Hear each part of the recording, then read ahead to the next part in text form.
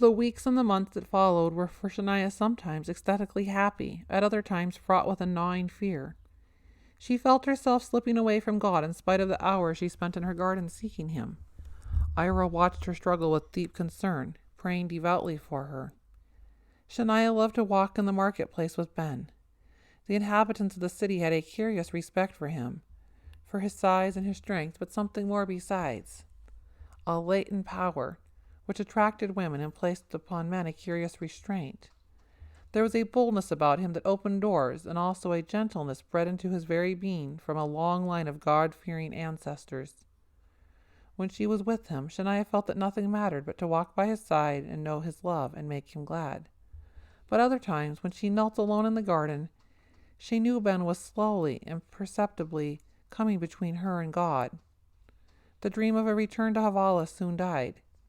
Ben's business thrived, and he talked of building a home for them, a home where she could create the loveliest gardens in the city. Everyone simply assumed they would marry. It became more and more difficult to set the seventh day apart as a sacred time. So easy to live like the rest, to give up her lonely vigil.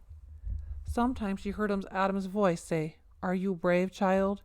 Brave enough?" But she pushed the memory from her and thought of Ben, golden Ben, whose laughter made all serious matters seem ridiculously somber. One windy, sun-spattered day, Shania and Ben rode down into the city from an afternoon of exploring in the surrounding hills. Wind-blown and ruddy with color, they made a stunning sight upon their handsome steeds as they picked their way among the pedestrians along the dusty thoroughfare. They noticed a large crowd gathered in the open area above a community well, and beckoned her to follow. Ben urged his horse toward the fringes of the group. From the elevated position, they could see a man at the center, standing upon the base of the well, and speaking to the people thronging about him. Some listened intently, others walked away, quaffing or muttering oaths.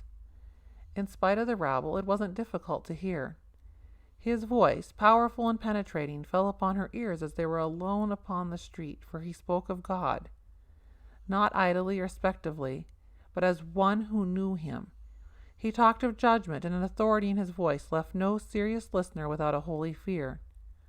Shania understood those who eased away with nervous banter. She longed to join them, to put space between herself and the stranger, to ride beside Ben in the sunshine and live only for today, this easy, joyous day. But something about the man held her, a radiance in his face, an undercurrent of deep, loving concern that stirred old loyalties within her. "Who is he?" Ben inquired of someone standing nearby. "He is called Enoch by name," the man replied. "He's passed through here once or twice before. Usually takes a convert or two back to the hills with him if he doesn't get chased out of the city too soon. I don't know why I listen. It gives me nightmares for a week afterward. You'd think he knew the Almighty to hear him, and by the look on his face, he may well." "Let's get out of here," Ben muttered. "No, Ben, I must hear this man out, every word." Ben knew that Shania, usually so compliant, was not going to budge, and recognizing also it was too far dangerous to leave her alone, he prepared with a sigh of resignation to wait. Enoch spoke more softly now. His listeners had thinned to 15 or 20 people. Shania noted Ira among their number, and smiled at him fondly. "I have spoken of judgment, of God's plan to destroy this wretched, unbelieving generation. But friends, this is a strange, sad work for our Creator. He who put our first parents in Eden loves us still. His few demands are for our safety and happiness. He asks only that we trust and obey him, accepting his love, a love so great he will sacrifice the promised one, to reinstate us once more into his divine family. Friends," his voice reached into each heart with an almost tangible intensity of pleading, "come out of this city. Come to the mountains where we worship in simplicity, making him first in everything. Look about you. There is murder and theft, drunkenness, false worship, and every perversion of man's sexual powers. Your lives are ever in danger, and even if you're rich and powerful, your soul is in danger. Think, my brothers and sisters. Think. Do not be lulled into eternal loss. In the morning I leave this place. Those of you who wish to dedicate yourself to the true and living God, meet me here at daybreak, and we will travel together to a place where the voice of prayer and praise rise every morning to Him who loves and redeems us." The man stepped from the platform and disappeared down a side street. Without a word, Shania reined her horse about and headed home. Ben, still beside her, spoke at last uneasily. "He disturbed you. I wish we had not stopped." "That's the problem, Ben. We all wish not to be disturbed. Instead, we want to live out our lives in feasting and idleness, hoping the ugliness of this rebellious world will never touch us, ignoring death, pretending it will never happen, or that if it does, the great, kind, merciful God will overlook our years of defiance and whisk us off to some magical land where we can go right on in our wicked ways. Did not the man's words fall upon your heart like a sword, Ben?" "Actually, they were a bit like the lecture Abigail gave me before I left home," he admitted ruefully. "I've been relieved not to hear that sort of thing for a while." "Remember what he said, Ben? Think, instead of running away from reality.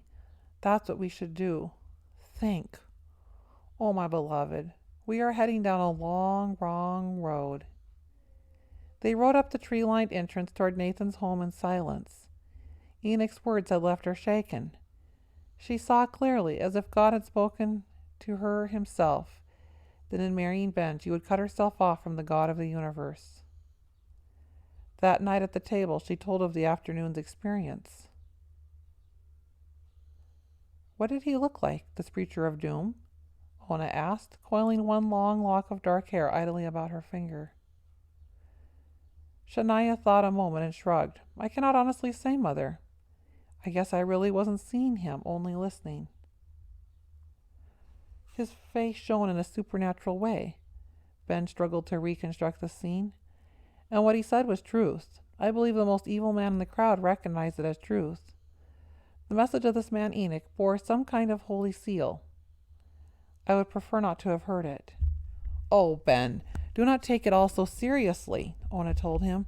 "These fanatics who stand on street corners and rant about the God of Adam are just disturbed individuals who do not know how to enjoy the bounties of the earth and do not want anyone else to either. Come, eat, relax. Let us speak of the house you and Shania will build.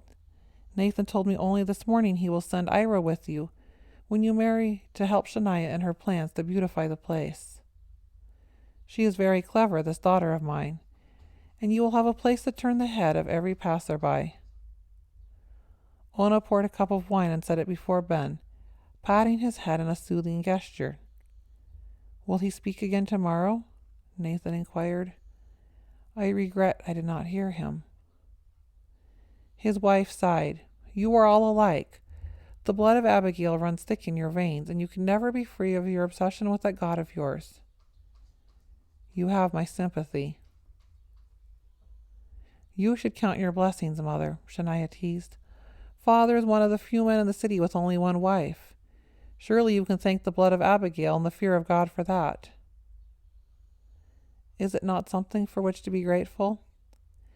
Ona smiled, and the sultry, full-lipped smile that had beguiled Nathan long years before.